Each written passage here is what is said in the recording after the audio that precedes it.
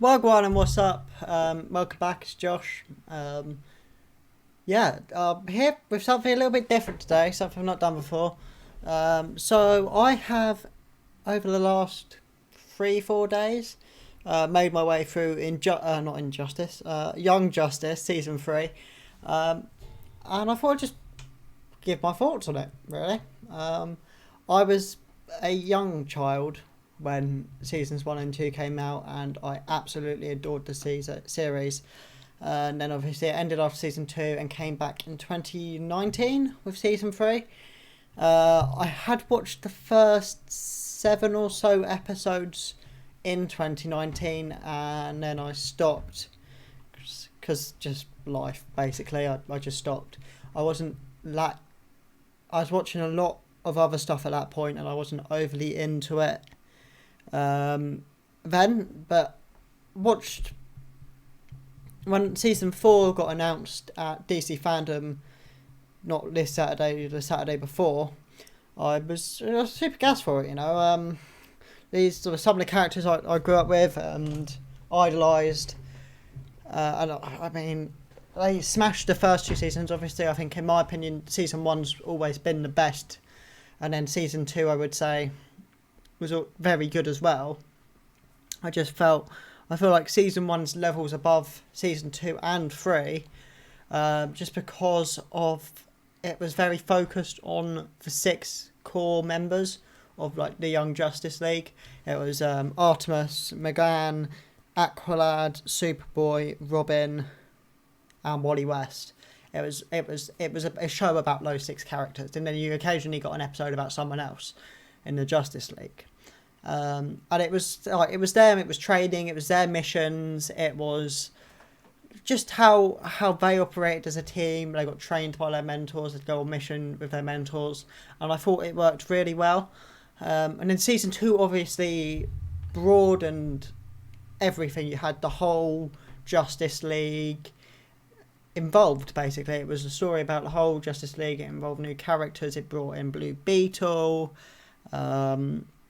I can't think of who else season 2 brought in, because it was years ago I watched it, but it brought in a lot of new characters that we could get to know and enjoy. But I felt season 2 was weaker to season 1, just because it was such a big step up from focusing on 6 characters to 20 or so characters. You know, there's a lot you can. There's only so much you can do in 20 episodes. But season 3, for the most part, I thought was very good. I thought the first 10 episodes for a week, just because it was very much introducing those new characters of the show. As in, you know, you had Halo, Forager, and Brion, whose superhero name I can't think of right now. But yeah, it introduced these 3 characters that were new, and it was very focused on these 3. I thought the whole premise of the metahuman trafficking was very interesting storyline, but they did pretty well in telling. I felt with the new characters, it was very hard to accept them as part of the team. Not because it was more the fact they were new, and you didn't, for me it was I didn't grow up with them. So season 1 and 2 came out, it was 2010, 11 and 12, and I was 8, 9, 10 years old throughout those years, right? So these are characters that I idolised from a young age. So to come in 2019, I was 16 years old. It was hard for me to be like, okay, these are characters. These are new characters. They've got very Geoforce. That's his name.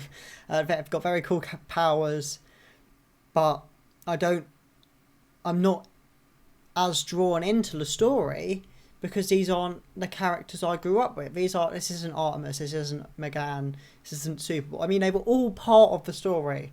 Like, don't get me wrong, but it wasn't as focused on those characters, which I felt was very much a shame. That's only the first 10 episodes. From episode 10 to episode 26, I thought was a very, very good story. A couple of the weak points I thought of, because I know I'm going to forget about them if I keep rambling for too long. But over the past 2 seasons, the light was the big threat. And it felt this season that the light wasn't involved all that much. It felt like Lex Luthor felt as if he was the only character in. We'd have one-off episodes with the other characters, which is very cool, and I'm glad that they're all getting their own sort of spotlight. But some parts I felt didn't revolve around the main story. So you had the Vandal Savage and the Vandal Savage daughters episode, which was a very enjoyable episode. It was one of my favourites. But it was why? Why is this being told now?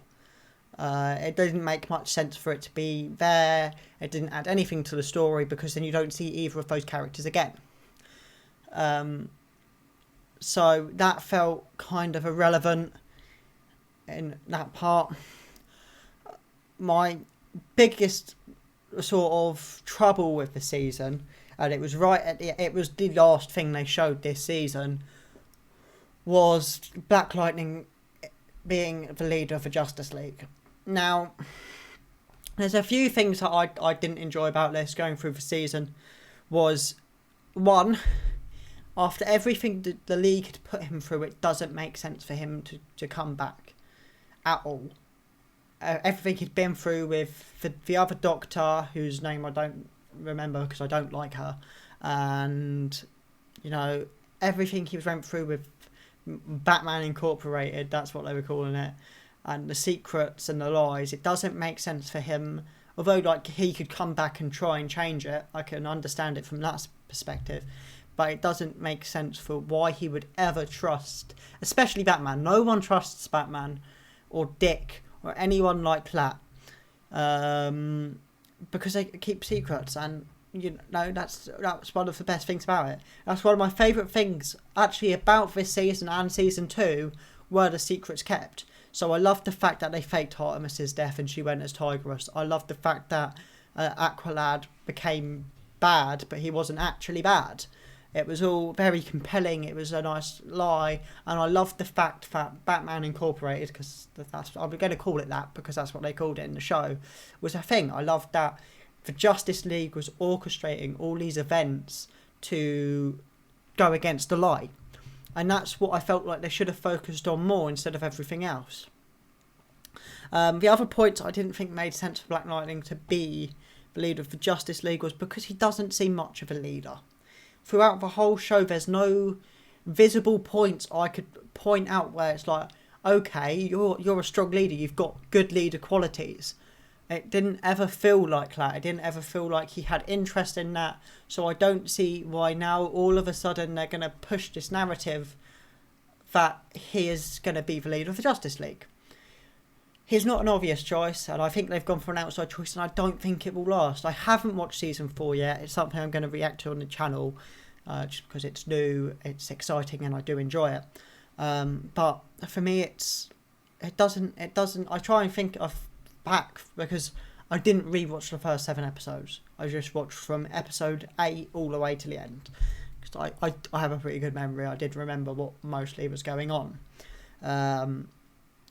So yeah, it doesn't shine to me to be the leader, and especially the line that's delivered before the fact he comes in. So they're all in the Watchtower. You've got the Justice League who are out in space on video chat, and some others from Atlantis or whatever. They're all on video call, but the main leaguers are all roughly at the Watchtower. Bruce says to Dick, "This is what your name brings. These people have enough respect to all meet you, to all come to this thing and listen to you. You should be proud of yourself." And then Dick pipes up and says, "Yeah, but there's one person that should be here," and that's when Black Lightning shows up. But for me, Dick has that respect, so he is still the obvious choice to lead the Justice League. Now, the whole resigning thing and the Wonder Woman resigning and everything, I get that from a trying to be trustworthy again perspective, and I knew it wouldn't last. But I think out of the people to lead the team that could have who have shined through this season, Black Lightning's not up there. I think you could have had Artemis, Megan, Aqualad. You could have continued to have Dick, Superboy, Beast Boy. I felt like there was many more choices of characters we've spent time on, and I know we spent time on Black Lightning this season. We spent quite a bit of time about his character. He was one of sort of the main things of when all the Justice League, well, half of the Justice League resigned in the first episode. He was one of the main ones we focused on. And I just, although we focused on him, he didn't. If you removed him from the season, not a lot would play out differently. That's kind of like my main point here is he didn't shine. He didn't prove he was a leader. You know, like on the mission to take down Granny and get back Halo, he wasn't even involved. He was that much of a tantrum. You had the 6 main original Young Justice members, and then the new sort of Young Justice members as well, or outsiders as it was. That leads me to one of the strongest points of the season, the outsiders, and that team was so cool, and it gave me old Young Justice vibes. Beast Boy, Static, Wonder Girl, Halo, Forager, Cyborg, not Wally West, Kid Flash, all of those guys being a team and doing the right thing was such a highlight, and I felt it was orchestrated so well, especially from like the Batman Incorporated side as well. I thought that was such a high point in the season. It was kind of bringing it back to basics. It was involving the characters that needed to be involved, and then telling 2 storylines with it. Like, you had the Batman Incorporated side, then the Outsiders side, and it just shined for me. It was a great storyline to tell, and I really enjoyed that. One of the other low points, I'm going to try and stack them so it's like high point, low point, high point, low point, were the new characters. I didn't like Halo or Geoforce. I didn't mind. I thought Forager and Terra were such good characters. Terra character I am quite used to. I've like Teen Titans and the DC animated universe where she betrayed them in a Judas contract, so I kind of knew that there would be a betrayal there. So that was exciting, and then when she didn't betray, I really enjoyed that. But Halo and Geoforce didn't do it for me. I didn't like them. If I'm honest, I just didn't like those characters. I called straight from the start, back in 2019, I remember thinking, Geoforce is going to get that throne again, no matter what he wants. That is all he wants, that's all he sets out to do. And then watching from, now being a bit older, watching from the episode 8 onwards, so episode 8 to episode 12, the way he talks to Dick, Megan and all that, and the way he acts, and always focusing on Markovia and his sister, it was like, this is all this kid's going to care about, and he's going to get it because no one else expects it. And when he does get the throne eventually in episode 26, I wasn't surprised, I wasn't disappointed. It was just like, I knew this was happening, and I feel like he is going to be an issue next season. Now, my issue with Halo is she's overpowered as fuck. Like, oh my god, she has so much power. You know, it was like every episode she was in, she could do something else. So the first one, she could fly, and, you know, then she can boom tube, and then she can heal people, and then she's the anti-life equation, the missing piece for the anti-life equation. And it was like, this is one character, calm down. Like, I get that we're focused on the new team, but I felt with that, everyone else took a hit because it's so highlighted on this one character that everyone else isn't really involved. I didn't feel like there was much going on with Forager until the last couple episodes when he found out he could go home. And then he goes to the town full of aliens. I was going to say the fake town, but it's not a fake town. The town with the aliens that have the fake human faces and stuff. And then I felt like he had a bit of a story there. But other than that, it felt Forager was very irrelevant from like episodes 12 to 22. And same with Terra. The only thing interesting would be a 2-minute clip of her talking to Deathstroke or sending a text. I did like how Terra's and Geoforce's abilities worked well together. I thought that was a very sort of cool thing that they orchestrated in. And it made sense, obviously, because their powers were kind of linked together. I felt the only reason Brion was so big as he was his relationship with Halo, and that didn't then detriment him in any way, because whatever was going on with her was going on with him at the same time. I got really excited when the Doctor told Halo she was dying. I thought that was such an interesting thing that they could do to make season 4 better, was if they kill off his character that's taking all the spotlight, they would then free up so much room to all the other characters. Unfortunately, that's not going to be the case because it was just a lie. Yeah, what else?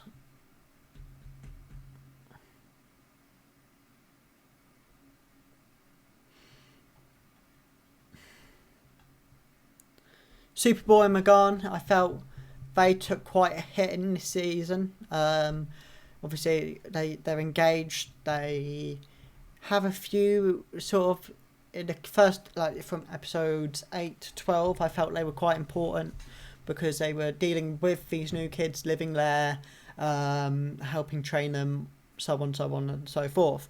And then I felt Superboy shined more at the end because he came out as Superboy to take down Lex Luthor, and he joined the Outsiders. But Magan only really shined in the Batman Incorporated scenes, and obviously they both shined in going to the orphanage to take down Granny when they had the original, like the scene of the original Titans when Dick's hallucinating and portrays the hallucination of Wally onto everyone, which may or may not have made me cry. I'll never tell. But that was probably my favourite episode and my favourite scene of the entire series. I felt it was such a lovely tribute to this character that died like, 8 years ago now. I felt it was a lovely tribute to him and the old team, and the fact that it wasn't Dick who was just seeing it, and Megan's psychic link made Artemis and everyone else see it, and they all really appreciated that. I thought that was so cool and so meaningful. Leading to my other point, the meeting of Artemis and Wally again, which may or may not have also made me cry, was such a sweet thing that I felt like we as an audience deserved and Artemis deserved. Just to move on, because killing off Wally was such a big thing. When the show ended, I don't think anyone knew it was going to end at that point. They've just killed off this main character that we've had from episode 1 all the way to the end of season 2, who was a fan favourite. He made jokes, he was funny, he was always involved, he was one of the most powerful. I felt that was a thing this season missed a lot, was of Wally's humour, and I think Impulsor, the new Kid Flash, tried to pick up on that quite a lot, and I like that, and so did Garfield, as in Beast Boy. And I appreciate that there are new characters that are trying to do that now, and hopefully we'll see more of that in season 4. But I also feel like this season missed its opportunity to kill people. There is an awful lot of characters to follow now, and not a lot of them died. I don't actually think anyone major died at all. Other than Ocean Master, which really confused me because I just didn't understand what was going on. He was like, "Oh, I'm gonna blow up the house full of adults and babies, and then Lady Shiva chops off his head, which I think must have been something that happened in season 1 or season 2, but I just can't remember it. Like I said, it was a long time ago I watched it. But that was the only major death I think that happened. Yeah. I don't think anyone else died. So I felt the wasted opportunity. Hopefully we will see some death in season 4, just because, not because you want anyone dead, of course, but because it's a thing you need to do when you've got so many characters like Young Justice does. You need to keep it refreshed. You need to make sure that you can't just keep adding without having to take away. And this is the CW's mistake with The Flash and Supergirl, and actually I think Legends balances that out quite well, but I added all these characters and then they keep the old ones at the same time. Granny Goodness I thought was quite compelling. I thought she was an interesting villain, and she really did get under the bones of me, under my skin as a viewer, not under my bones, under my skin as a viewer.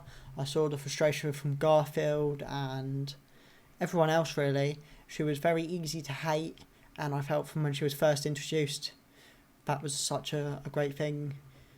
I think I got straight away. I felt they missed an opportunity with the VR headsets. It was like one of the first things they mentioned with her, and then it was like a 1 episode thing, and then they were gone. I thought they could have expanded on that a bit more. I thought her ending was right for her character, that I wouldn't have liked to see her come back. But like I said, that I felt like she was a massive detriment to the light, because these are the people, like I said, these are like the main villains, and they still haven't had their time to shine. So with season 1, I'm trying to think back to season 1, but I felt like they shined a bit in season 1, and in season 2 they're very much a behind the scenes thing, but also they kind of helped out the Reach, if I remember rightly. And then the Reach obviously were destroyed and whatever. And then season 3, it's been very behind the scenes. They'd get an episode, other than Lex. Lex was like the main one you'd see in most episodes, because he was the president of the United Nations. Which I can't remember how that happened, but whoever let that happen was a fucking idiot. But they all just felt so irrelevant. Other than maybe Deathstroke as well, because he had the whole plan with Terra. And that leads me on to another point. The fact that Terra didn't betray the squad was huge, because I saw it coming from when she joined. I was like, oh, I wonder if they'll go down the same route. I imagine they would, because that's what her character did in the comics. And then it was revealed that it was with Deathstroke, and I was like, okay, this is going to be really cool if they pull this off the right way. And they smashed it throughout the season. Like telling that story was really cool. And then when it's revealed that Batman and Artemis knew the whole time, it was like, holy shit, that's so cool. And then they call her out on it in Markovia, and then she doesn't betray them. I thought that was such a lovely storyline to tell, because it's given a new storyline for that character.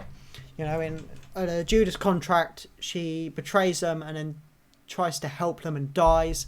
In the comics, she betrays them, but I haven't read all the comics, so I don't know what happens to her after that. I just know she does betray them in the comics. But she's a very powerful character, and then she wanted to hand herself in. She did hand herself in, and then she got let out on, probation. Not let out. Oh god, fucking.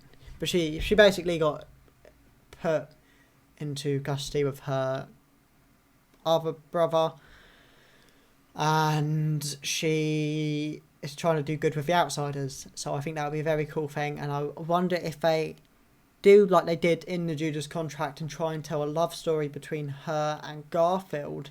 That would be very cool, or her and someone else, because Garfield's got a girlfriend. So, I think there's room for that there. The ending for Brion and Halo, obviously they're both pretty heartbroken about each other. I do want to see that sort of expand into season 4, but I do just want Halo nerfed that little bit, and I would be very okay if Brion died, because I just think he's an asshole. He could have had the whole world, but instead he just took his country. That's how I see it. Like, he was a superhero, he was doing good, and from what it looks like, after he stops throwing a tantrum and tries to fight Dick Grayson, which was the stupidest fucking thing he could have done, I felt he actually kind of enjoyed being a hero, and I think he actually does say it at one point. But then the whole power gets to his head again when they're saying, "All hail the king." And I know the other guy, the new member of the Light, is slightly influencing him a bit, with obviously allowing the Doctor to join him again and everything. So I don't know how far that will expand, but my plan is to release this and then watch episodes 1, 2 and 3, because that's what's been released, and post that as well. Yeah, that's basically all of my thoughts on the whole season. I don't think there's much else. There's nothing major I feel like I need to talk about. There's a few other points, like Cheshire leaving, I thought could have been expanded on a bit more, because I didn't think it was a bad decision, but I didn't think it was a good decision, because I did always love her character growing up. Not as much as I love Artemis, because Artemis is my favourite character from the show. Just because she's unique and she had the mysterious side to when she joined. But yeah, I am really excited for season 4. I'm looking forward to react to that being a thing I react to. Obviously, because they are only 20 minutes long, I might wait. So I'll watch 1, 2 and 3 and then I'll post that, but I might react to them in 3s. So then it's instead of 3s or 2s, because then most everything else I watch is about 40 minutes long. So maybe I'll just wait every 2 weeks to react to that, just so it's not like a 10-minute video, effectively. It'll be, hopefully, like my other ones were about 20 minutes long, and there's actually like enough story to tell, instead of like my what if videos, which I felt really, really hard to make, because A, I didn't enjoy it, and B, it just didn't feel like there was enough to talk about in that 20-minute period. Although within Young Justice, there is still quite a lot to talk about in an episode. It tells multiple storylines at once. So I don't know. I'll see how these 3 go and what story they tell, and then I'll make a decision from there. But like I say, if you guys enjoyed, remember to like and subscribe, and I'll see you in the next one. I hope you didn't mind me ranting too much. I just thought I'd try to listen and see how it goes.